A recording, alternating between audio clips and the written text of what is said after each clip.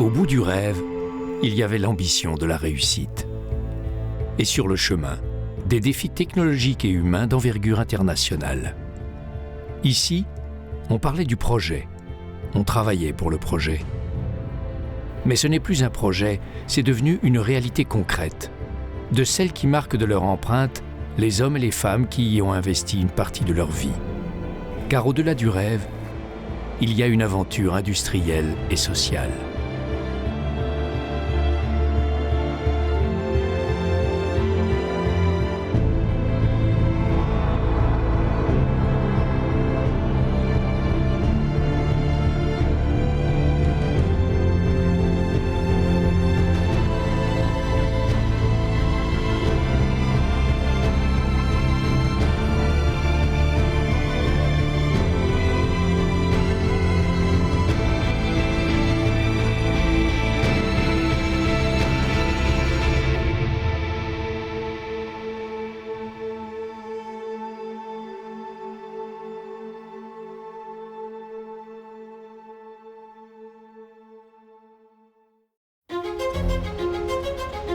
Nous sommes en juillet 2010, sur le site de Vavuto, où sera bientôt implantée l'usine pyrométallurgique de Koniambo Nickel. Après 3 ans de terrassement, qui ont mobilisé 250 engins de chantier et mis en valeur les compétences et le savoir-faire des entreprises calédoniennes dans ce domaine, le site est pratiquement prêt. Prêt pour l'une des phases les plus spectaculaires du chantier. La mise en place des modules de l'usine de traitement du minerai de nickel du massif de Koniambo. Le rêve industriel du Nord calédonien commence à prendre forme, à se concrétiser. Alors que les premiers édifices s'élèvent vers le ciel, les dernières phases du chantier préparatoire s'achèvent. 3 kilomètres plus loin, une autre partie du site, réalisée en amont, représente le poumon indispensable à la vie de ce vaste projet industriel, le port de Vavuto. C'était une condition incontournable pour la construction de l'usine et pour l'ensemble du projet. Un port en eau profonde, le seul de la côte ouest de la Grande Terre.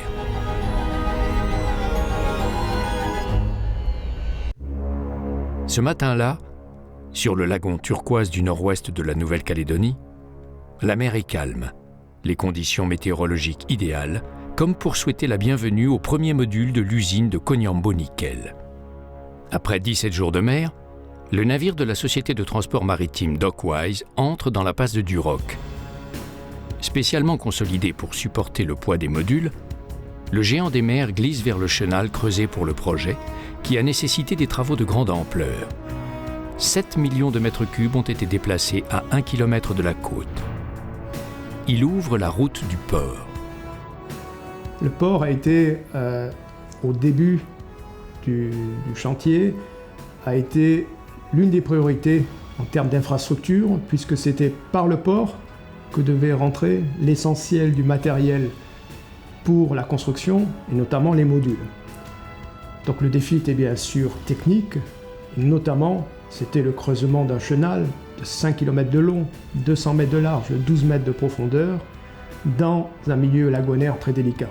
Ce chenal était destiné à faire aboutir au port des bateaux de charbon de 45 000 tonnes de capacité. Et au-delà du défi technique, il fallait démarrer ce port avec du personnel formé.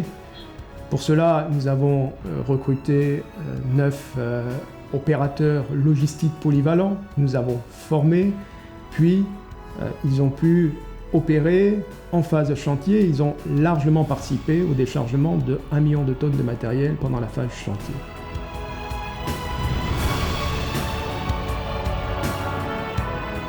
Les 2 remorqueurs qui accompagnent le navire dans sa manœuvre sont gérés par une entreprise locale de la tribu de Gatop, associée à une société de Singapour. À bord du géant, les 4 premiers modules de l'usine. 4 rotations maritimes seront nécessaires pour que l'ensemble des 15 modules et 2 grands réservoirs touchent le sol calédonien. En ce mois de septembre 2010, le navire chargé des 4 premiers modules accoste au port. Un moment symbolique. C'est une nouvelle phase du chantier qui s'ouvre aujourd'hui. C'est aussi par ce port que, dans un futur proche, seront exportés les containers de grenaille de ferronickel qui seront produits par l'usine.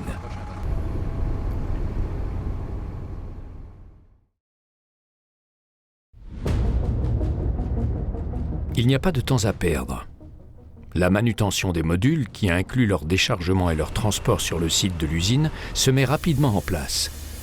Les cales qui consolidaient l'installation des modules sur le navire sont retirées.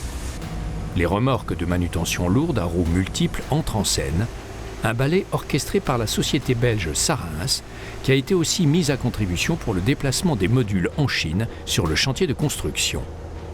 Le premier avantage pour le projet était de faire une activité en temps masqué, donc en même temps que se faisaient les travaux de préparation des plateformes, les fondations de béton, on pouvait construire et assembler cette usine dans un chantier à l'extérieur de la Nouvelle-Calédonie. Ils ont été construits dans un chantier maritime à Qingdao en Chine, où on avait les facilités, les installations portuaires pour assembler les modules et les livrer ici, naturellement, jusqu'en Nouvelle-Calédonie. En réalité, la construction d'un module, que ce soit dans un chantier ou sur le site même de Koniambo Nickel, l'opération est sensiblement la même. Donc, c'est une opération où il y a de la logistique. On a livré nos équipements et matériaux en Chine, où l'entreprise a fait l'assemblage. Et le vrai défi, après, a été de faire la manutention de ces modules, qui sont quand même assez imposants.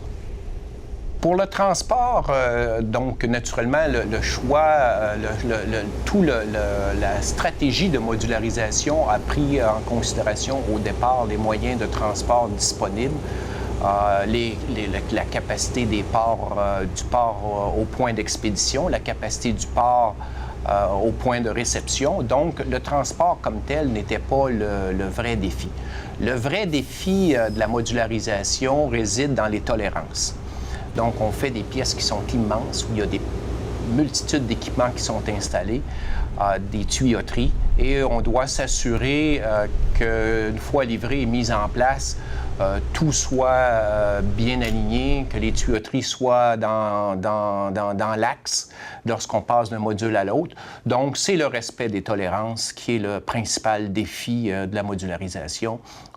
Le transport des modules, leur manutention est spectaculaire, mais n'est pas le vrai défi. Le vrai défi technique est de rester dans les tolérances.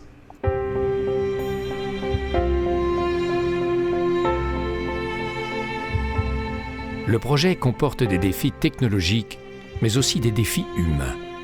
À 1,5 km à vol d'oiseau du site de l'usine, c'est une petite ville qui s'est mise en place, la base vie de Vavuto.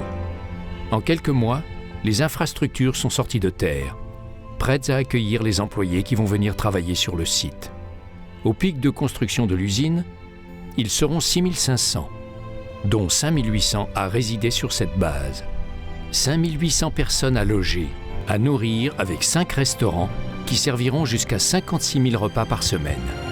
5800 personnes pour 39 nationalités, dont il faudra gérer les attentes et les besoins.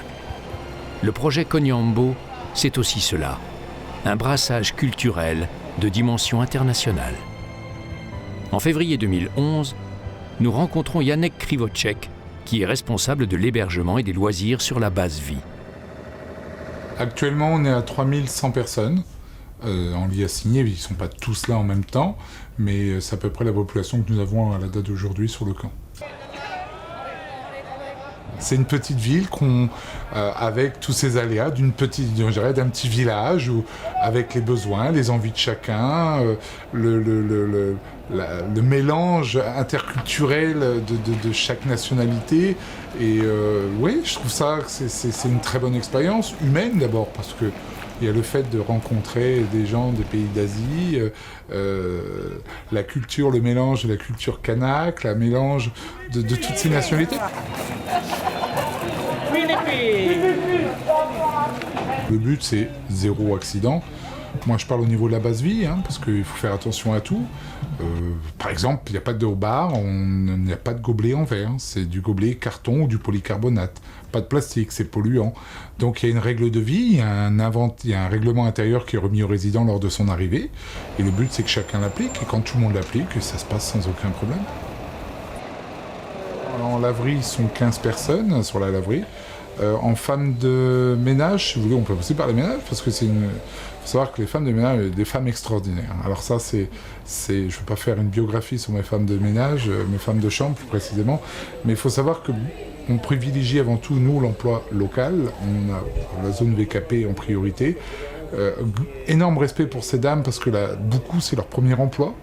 Et on a la chance, alors avec le respect que je leur dois, moi je dis toujours, j'ai mes mamies, c'est les plus anciennes, celles qui sont arrivées il y a tout début, à l'époque où le camp n'était pas encore construit, qu'il y avait juste ce petit camp à l'entrée, ce qu'on appelle nous les camps pionniers, qui sont toujours parmi nous. C'était leur premier emploi. On a d'autres dames qui arrivent encore aujourd'hui, parce qu'on a actuellement 72 femmes de chambre. Je ne compte pas les équipières, je ne compte pas les assistantes gouvernantes en chef, qui ont progressé en promotion interne. Une journée prend fin sur le site de Vavutu. Il faut décompresser de la tension du travail, qui peut être harassant dans la chaleur et la poussière du chantier. À chacun sa méthode, à chacun ses outils. C'est aussi un moment de liberté pour les employés qui séjournent à la base vie. Cette base offre un large choix d'activités pour évacuer le stress de la journée.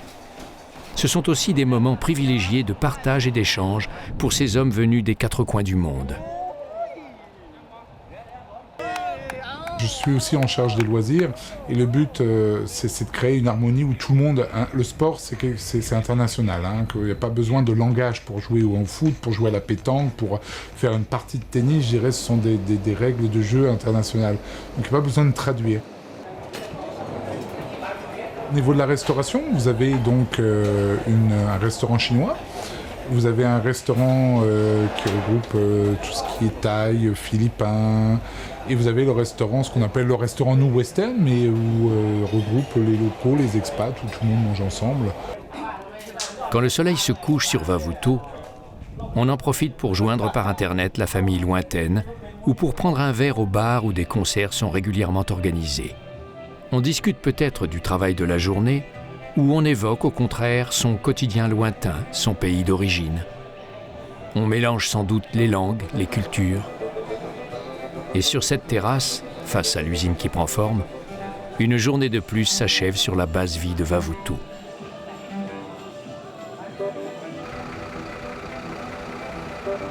Un camp comme le nôtre, de toute façon, je crois que c'est une école de la vie aussi bien professionnelle, c'est une école de la vie à l'intérieur de soi, je dirais, une évolution personnelle. Et je pense qu'on ne dise pas que vivre à Vavutu, c'est pas le Club Med, mais c'est loin d'être un endroit désagréable.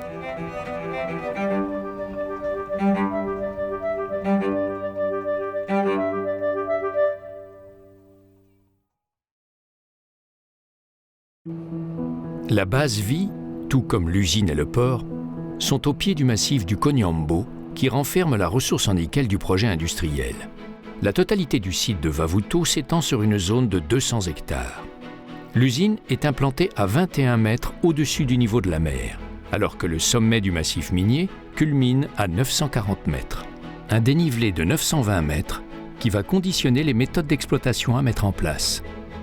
De la zone d'extraction au pied de mine, 12 km. Du pied de mine à l'usine, 5,2 km. Et de l'usine au port, 3 km. Tout l'aménagement du site va tenir compte de ces contraintes géographiques. Avoir sur un seul massif un gisement avec de telles réserves, 25 ans minimum, probablement le plus du double. Proche de l'usine, proche de l'accès à la mer, c'est une chance formidable pour le projet Konyambo. Et en même temps, c'est un défi technique. D'une part parce que il faut travailler sur un espace restreint, une crête de massif, y remuer environ 2 millions de tonnes de matériaux par mois. Donc le choix que nous avons fait à ce moment-là, c'est de nous orienter vers des engins de terrassement les plus gros possibles compte tenu de la topographie et du minerai. Par exemple, des camions de 100 tonnes, et maintenant on s'oriente à des camions de 150 tonnes de capacité pour la première fois en Nouvelle-Calédonie. En parallèle de l'aménagement du site de Vavuto pour le port, l'usine et la base vie, le massif du Koniambo a lui aussi été travaillé en vue d'une exploitation optimale de la ressource qui sera exploitée avec des carrières à ciel ouvert.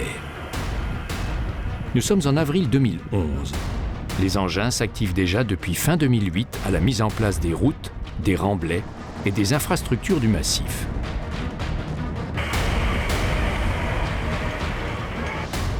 Pelles, bulldozers, camions arpentent sans relâche le massif pour lui donner sa configuration d'exploitation. Derrière ce déploiement mécanique, des objectifs à atteindre qui deviennent naturellement les objectifs des employés du massif. Avril 2012. Nous entrons avec Muriel Wabéalo au cœur de cette phase de travaux intensifs.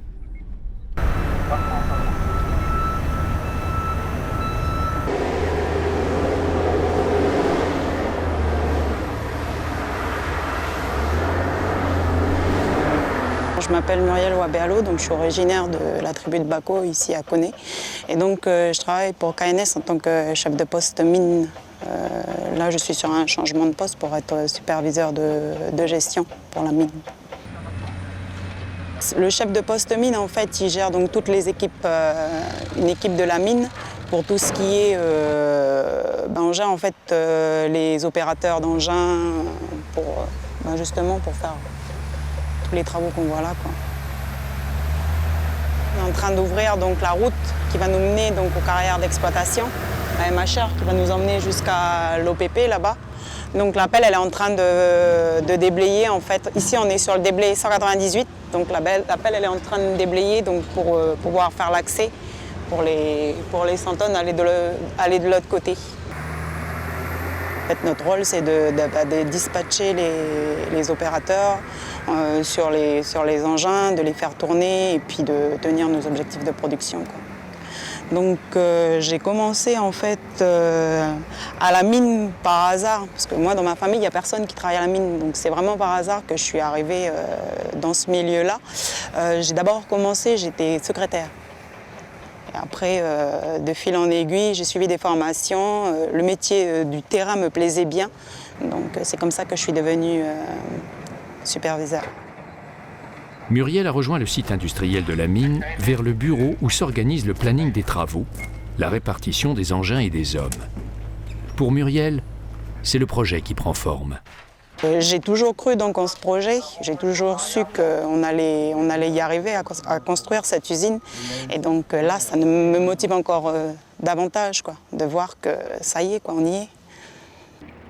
Sur le massif, plus encore que sur le reste du site, rien ne doit être laissé au hasard si l'on veut limiter au maximum les risques d'accident. Avec cette circulation dense d'engins et de véhicules légers, le trafic est régulé, organisé. Les comportements dangereux sont sanctionnés. La vitesse, les priorités, les contraintes qu'impose le contexte du chantier du massif doivent être respectées par tous et tous les jours sur cette route d'accès. Cette route va être goudronnée intégralement, un cas unique sur les mines calédoniennes. À terme, il y aura ici 25 km de pistes minières. Et puis, sur le massif, on doit être en grande partie autonome, pouvoir parer à l'urgence. Ici, c'est une roue de camion de 100 tonnes qu'il faut réparer. Demain, une pelle, un moteur. C'est toute une logistique matérielle qui s'installe pour répondre aux besoins de maintenance du parc d'engins et pour en garantir le bon fonctionnement et la sécurité. Décembre 2012, nous sommes à l'heure du changement de quart. La mine du Koniambo est exploitée à une cadence de 18 heures par jour, 360 jours par an, avec un risque estimé à 35 jours d'intempéries annuelles qui pourraient en bloquer l'exploitation. En phase normale d'exploitation, il y aura 350 employés sur le massif. À ce stade, les 175 employés actuels ont une moyenne d'âge de 33 ans, avec 20% de personnel féminin. De 3h30 du matin à 21h30, sauf les dimanches où le travail s'arrête à 13h30, les 3 équipes de 40 opérateurs tournent sur les engins. Ils ont tous été formés en Nouvelle-Calédonie, au centre de formation de Poro. Au changement de quart, les consignes sont données. Le programme des travaux mis en place, on prépare ensemble cette nouvelle étape du chantier. Avec un massif minier de 20 km sur 12, le Koniambo est l'un des gisements latéritiques les plus importants et les plus riches au monde. Il constitue une réserve identifiée de 62 millions de tonnes de minerais d'une teneur de 2,46%. Sa durée d'exploitation est estimée aujourd'hui à 25 ans minimum. Sur le front d'une des carrières en cours d'exploitation, une équipe de géologues collecte les informations, procède à l'échantillonnage du front en termes de qualité, réalise le pilotage géologique en suivant les travaux et détermine à l'avance la destination des matériaux qui vont être extraits. C'est la géologie de production, indispensable à l'organisation de l'extraction.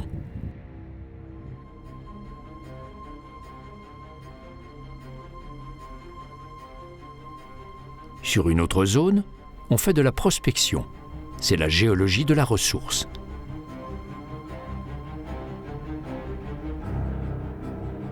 Ces carottages concernent l'ensemble du massif et permettent d'en réaliser la cartographie de détail. Ces campagnes de terrain représentent 90 000 mètres de sondage par an. Sur la base de la cartographie et de ces sondages, les géologues vont construire des modèles et mettre à jour les estimations de la ressource. Les modèles serviront à la planification minière à 5 ans, au design des fosses et à la planification des lots. Le massif de Koniambo est ainsi modelé par ses études et ses projections.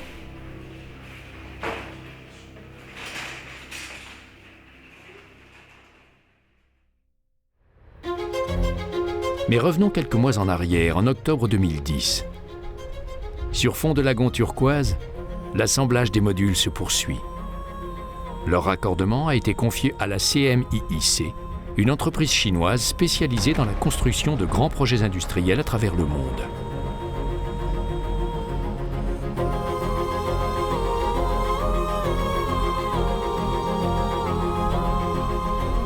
Petit à petit, comme un gigantesque Lego, l'usine commence à prendre forme.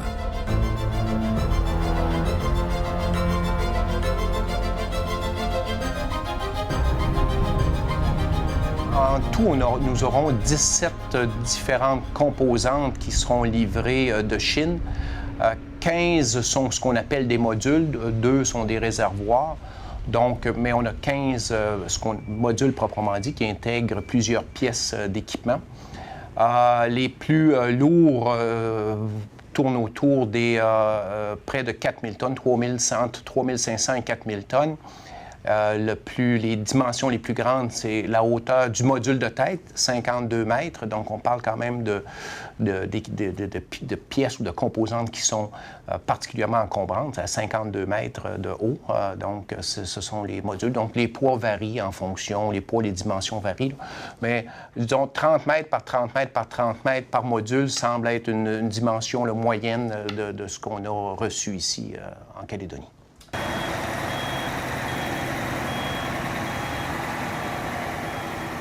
Définitivement, les 8 millions d'heures qui ont été dépensées sur le chantier des modules sont autant d'heures qu'on n'aura pas à dépenser sur le chantier. Donc, les besoins en campement sont réduits de 2500 lits. Donc, toute la logistique qui tourne autour de la main-d'œuvre importée sont éliminés ou sont réduits d'autant, sachant très bien qu'en période de pointe, la capacité de l'industrie de la construction calédonienne ne peut pas répondre à tous les besoins du projet Koniambo. Donc, on a réduit la pointe de nos besoins en optant pour la modularisation. Principalement la taille des modules, le grand nombre de modules qu'on a installés sur le site de Koniambo Nickel, les hauteurs à laquelle on installe ces modules en font si c'est pas unique, mais c'est au moins quelque chose d'assez spécial ou si c'est pas une première, c'est assez unique. L'assemblage, ou je vais dire la mise en place des modules, sera une opération qui sera terminée dans les premières semaines de janvier. Donc, on aura fini la mise en place des modules. Après, naturellement, on a beaucoup de travaux de raccordement, de tuyauterie, de tirage de câbles pour compléter l'usine. Donc, il y a encore quand même des travaux qui vont se dérouler pendant toute l'année 2011 à l'intérieur maintenant des tours de l'usine métallurgique. À côté de l'usine, la centrale électrique à charbon prend aussi de la hauteur. Avec 2 lignes de production de 120 MW chacune, 2 générateurs diesel de 50 MW chacun et 2 autres d'urgence de 3,5 MW chacun, elle va fournir l'électricité nécessaire au fonctionnement de l'usine.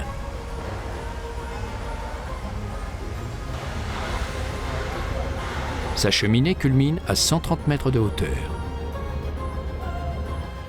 L'usine, quant à elle, est constituée de 2 lignes de production d'une capacité de 30 000 tonnes chacune, soit un total annuel prévu de 60 000 tonnes. Les travaux de l'usine avancent. Elle entre maintenant dans sa phase d'achèvement.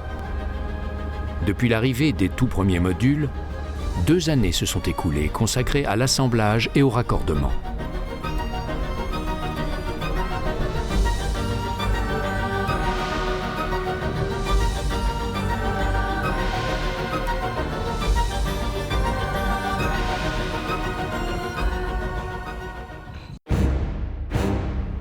Sur le massif, une autre superstructure arrive aussi au terme de sa construction. L'unité de préparation du minerai sur les hauteurs de Koniambo domine les brumes fréquentes qui s'accrochent au flanc de la montagne. Cette unité industrielle spécifique assure l'enrichissement de la teneur en nickel par criblage. Elle va aussi permettre une réduction de la taille des matériaux par concassage afin de faciliter le transport du minerai jusqu'à l'usine. Dans la partie haute de l'installation, le stock issu de l'extraction minière est englouti par l'unité de traitement au rythme de 700 tonnes par heure.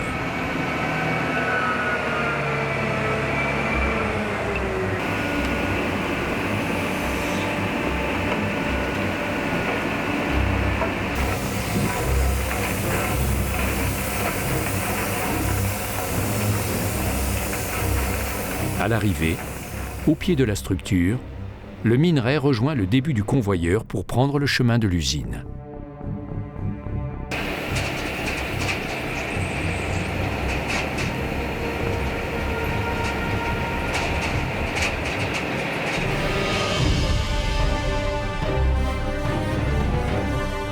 Nous sommes en janvier 2013. Le convoyeur est opérationnel depuis 8 mois. Ce serpent métallique va descendre le minerai sur les 820 mètres de dénivelé du massif à l'usine.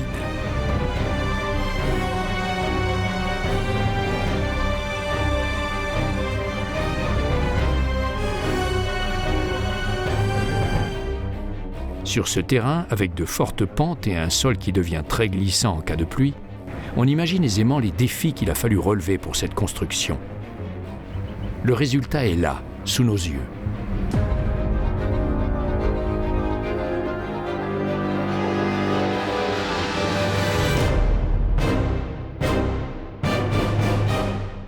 C'est un ouvrage d'art, avec des ponts lancés entre 2 sommets naturels.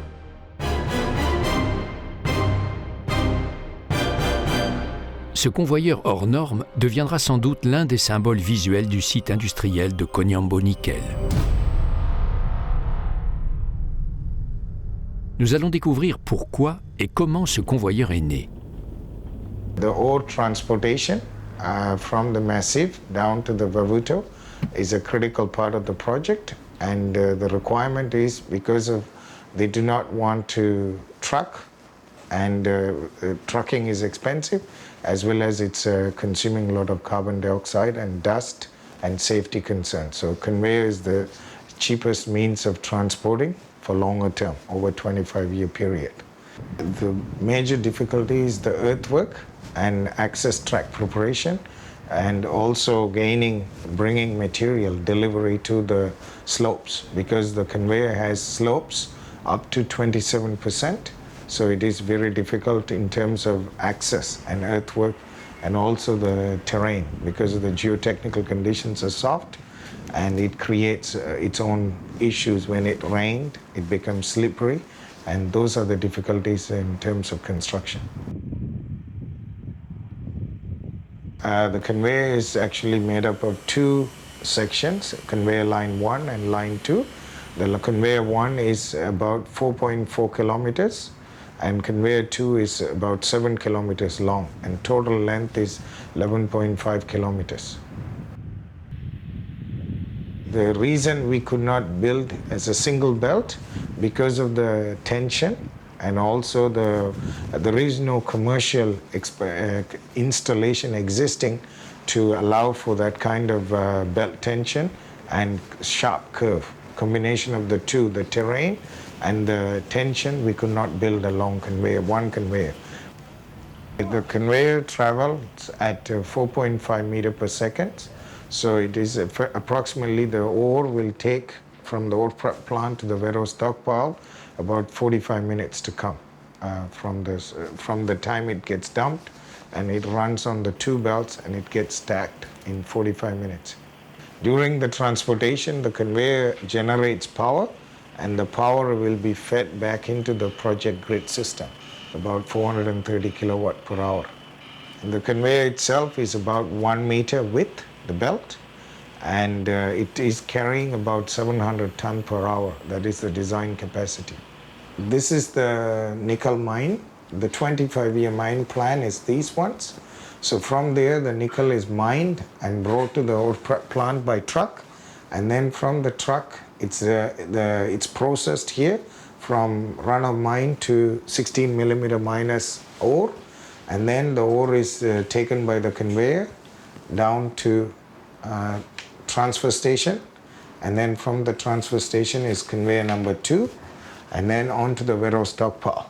And from the Vero stockpile, it's reclaimed and fed to the process plant. L'une des contraintes majeures en termes de lien entre la mine et l'usine, c'est que notre minerai soit tous les jours, je dis bien tous les jours, à l'intérieur des caractéristiques chimiques voulues par les métallurgistes et nécessaires pour assurer une bonne fusion.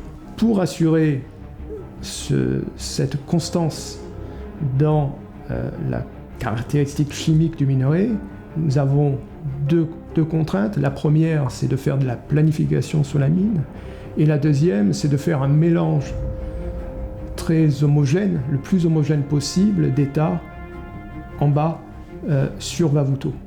D'où nous avons en permanence un tas en constitution de 50 000 tonnes et un tas déjà préparé et parfaitement homogénéisé de 50 000 tonnes.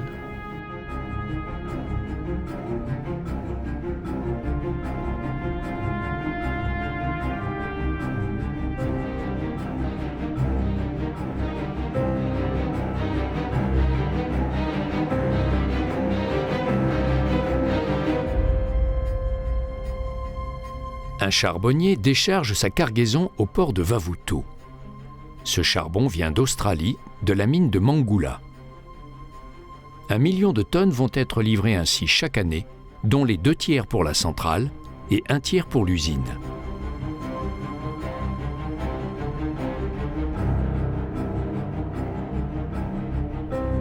Il va rejoindre le stock permanent de 84 000 tonnes qui jouxte celui du calcaire, ce dernier étant utilisé pour réduire les émissions de la centrale.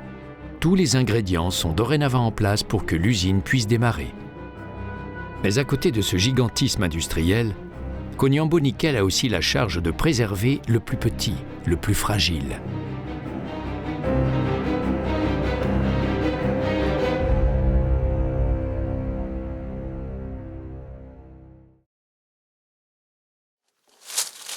Voilà. Je crois qu'il est là, j'espère. Oui, je vois sa tête. Viens ici mon coco. Il est beau en plus.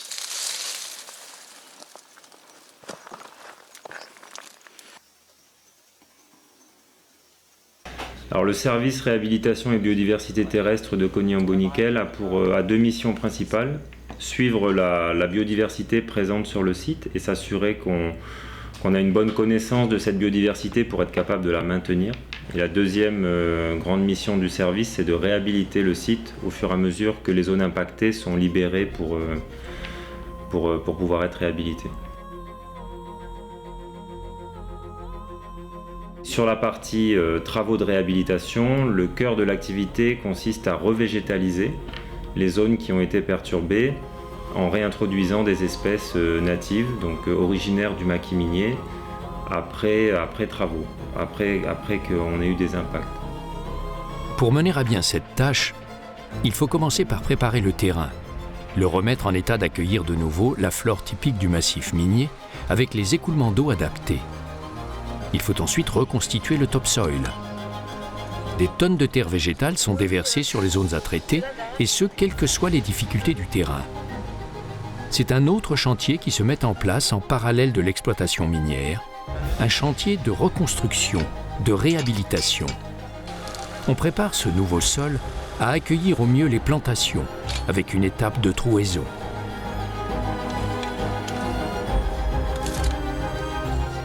Grâce aux plants cultivés par la pépinière de la NEA et celle de Cognambot-Nickel, on est prêt à revégétaliser les zones impactées.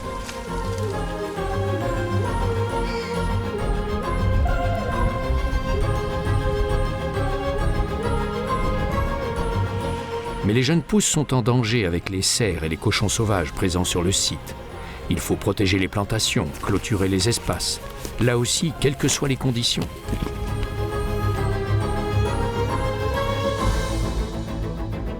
Sur d'autres zones, une autre méthode de revégétalisation est employée. C'est la technique de l'hydroseeding, ou ensemencement hydraulique. On mélange des graines d'espèces choisies avec un compost produit sur le site, de la colle végétale, différentes fibres, du papier recyclé et de l'eau. On projette ensuite ce mélange sur les zones impactées par le chantier. Alors on a sur les travaux de réhabilitation à peu près 40 hectares perturbés qui ont été laissés en place par la phase de construction du site, qui correspond principalement à la mise en place de la route d'accès à la mine et du convoyeur. Ça a laissé derrière nous des plateformes de bureaux, des zones de verse, des anciennes routes qui doivent toutes être réhabilitées.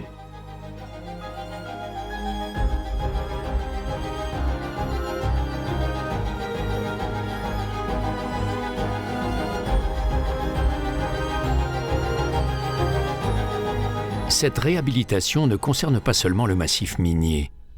Le bord de mer a lui aussi été impacté par la construction du site industriel. La zone du port, bien sûr, mais aussi celle de la route qui relie le port à l'usine. Ici, c'est la mangrove qui était dominante à l'état naturel, et c'est cette mangrove qu'il va falloir retrouver. En avril 2011, Cognambot-Nickel signe un partenariat avec la société Wanijan, à laquelle participent les pêcheuses de la tribu Dunjo, toute proche du site par le bord de mer. La société va avoir la charge de replanter la mangrove sur les zones impactées de Vavutu. Ce programme de réhabilitation de la mangrove, il part du principe qu'on a détruit de la mangrove pour pouvoir construire les installations portuaires et la route qui vient jusqu'au port. Donc pour ça, on a détruit 4,7 hectares de mangrove approximativement. Et la province nous a essayé de détruire la mangrove si on replantait du 1 pour 1. Donc on a fait un état des lieux avant la construction. Après la construction, on s'est rendu compte exactement de ce qu'on avait détruit. Et maintenant, on doit tout replanter. Pour Wanijan, donc ils travaillent sur quelque chose qui est assez inédit en Nouvelle-Calédonie. On replante ailleurs en Nouvelle-Calédonie, mais pas à cette échelle-là. Et Wanijan, au travers de ce programme, forment leur personnel. Donc ils acquièrent un savoir-faire qu'ils pourront après revaloriser ailleurs. Donc moi je pense que c'est positif, tout le monde pense que c'est positif pour les deux parties.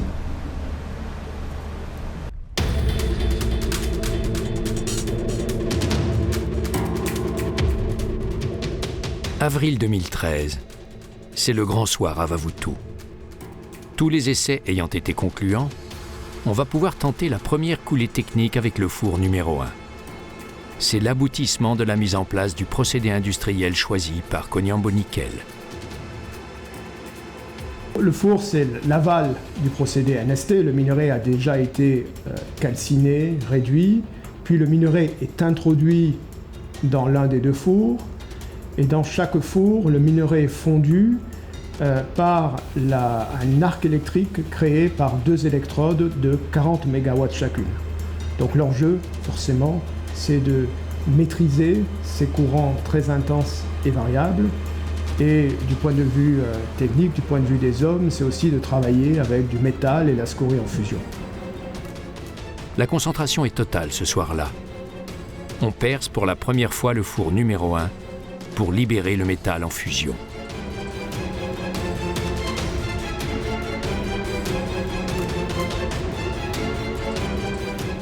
Il fallait que tout marche. Et puis en même temps, on sent cette fierté au moment où, enfin, a lieu la première coulée de métal. C'était à la fois la fin d'une étape, l'étape de la construction et des premiers essais, et puis le début d'une première marche d'escalier qui est l'escalier vers la montée en puissance.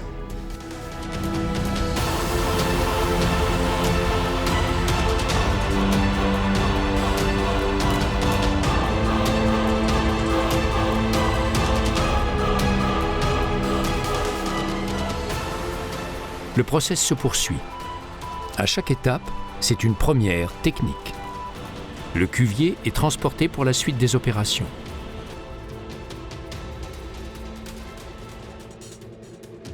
Ensuite, on passe à l'affinage. Et l'affinage, ça consiste finalement à mettre ce ferro-nickel aux normes demandées par le client.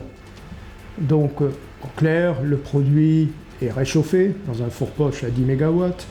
Ensuite, on y met quelques additifs qui permettent de figer les impuretés, les faire flotter.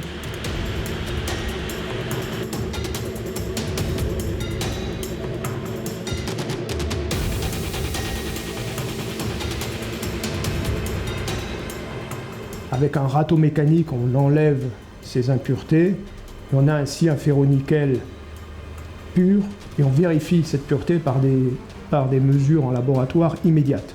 Le temps de retour doit être quasi immédiat.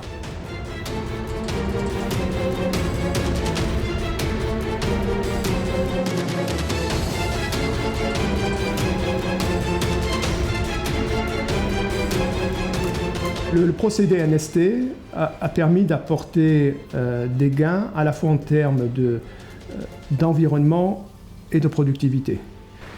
Environnement parce que dès lors que le minerai est introduit dans l'usine, il est donc transformé en poussière, confiné dans une canalisation pour ses différents traitements jusqu'à son entrée dans le four. Il n'y a donc aucune mise à l'air du minerai. Aucune mise à l'air, cela veut dire qu'on évite les mises à l'air atmosphériques de poussière et qu'on limite les pertes de puissance, et que cela facilite la récupération des gaz chauds à différents stades du traitement. Donc ça, c'est un avantage en termes d'environnement de ce procédé. Et puis c'est aussi un procédé extrêmement productif, avec peut-être l'inconvénient aussi d'être très technique et donc d'avoir demandé un très haut niveau de technicité de la part du personnel, ce qui nous a demandé d'organiser des formations très à l'avance. Pour une début de production en 2013, les premières formations en métallurgie créées à l'Université de la Nouvelle-Calédonie, largement pour le projet Cognambo, ont commencé en 2001, 12 ans avant. Et les personnes ainsi formées ont ensuite été envoyées en stage dans des usines de Falconbridge, puis de Xstrata, au Canada, en République dominicaine. Lorsqu'elles sont revenues, elles ont pu écrire des procédures d'exploitation aidées par des experts internationaux venus pour cette préparation de l'exploitation, pour le démarrage et la montée en puissance. C'était donc une très grosse contrainte en termes de technicité, mais qui mène d'un autre côté, à un système qui est très propre et très productif. Depuis la salle de contrôle, on suit la dernière étape du process qui se déroule, qui va aboutir au produit fini.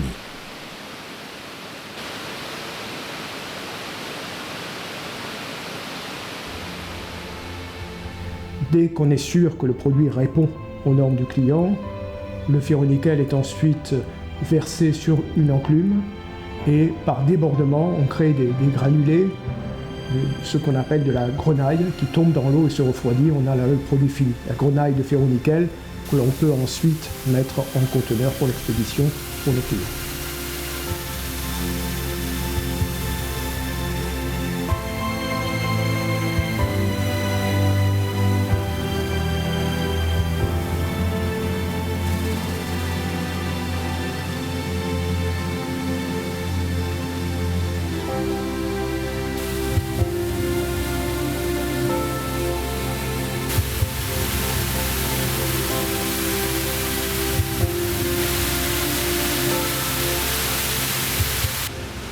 Reste alors la scorie, le résidu du procédé pyrométallurgique qui va être à son tour sorti de l'usine.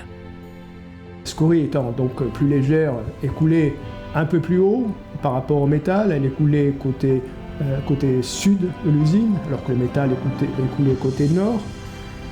La scorie était versée dans des cuviers de 60 tonnes environ, qui sont transportés par des camions prévus à cet effet, qui vont déverser la scorie encore liquide, encore en fusion, sur une verse. Et là, elle refroidit pendant quelques semaines à l'air libre. Alors c'est un produit inerte, essentiellement composé de silice, de magnésie, de fer. Et d'après nos premiers essais, ça peut être un très bon produit comme agrégat routier ou pour certains types de béton.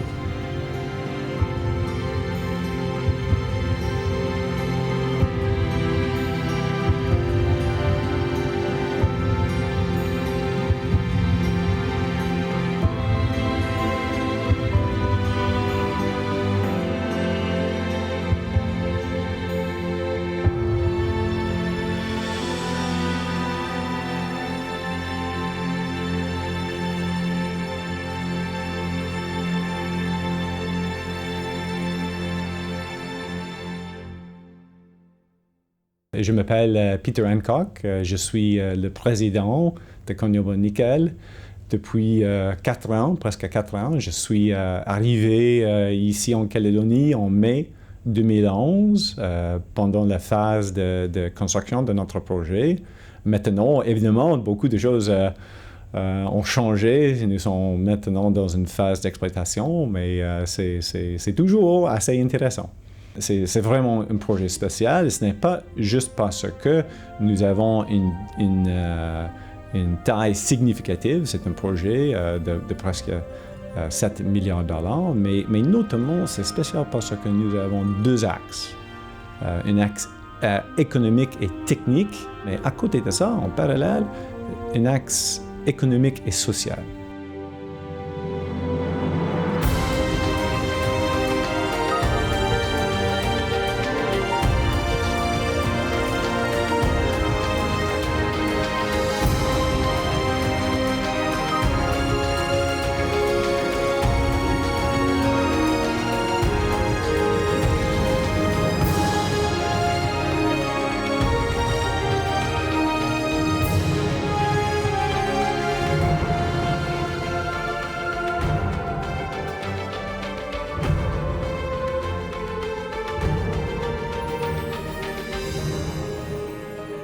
Une entreprise comme Koniambo, on n'arrive jamais à le faire.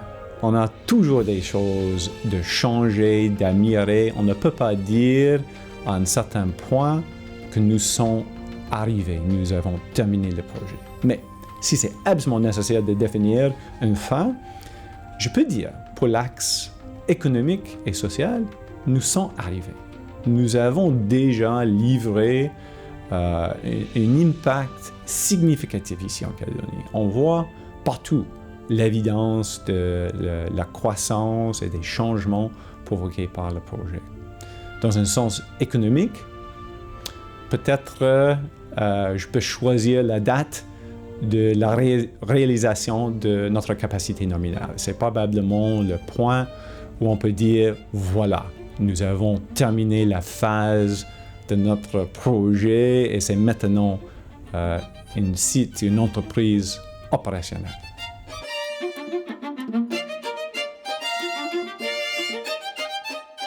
La fierté de nos locaux, pas juste les employés de KNS, mais tous les gens du territoire qui sont impliqués dans le projet, on voit toujours le sentiment de fierté. Et aussi, pas juste pour les Calédoniens, mais aussi pour les gars comme moi, les expatriés, associés avec le challenge, qui est assez significatif, mais aussi de vivre dans un pays comme le Calédonie et de participer dans un projet de rééquilibrage. C'est vraiment spécial et nous sommes tous très fiers.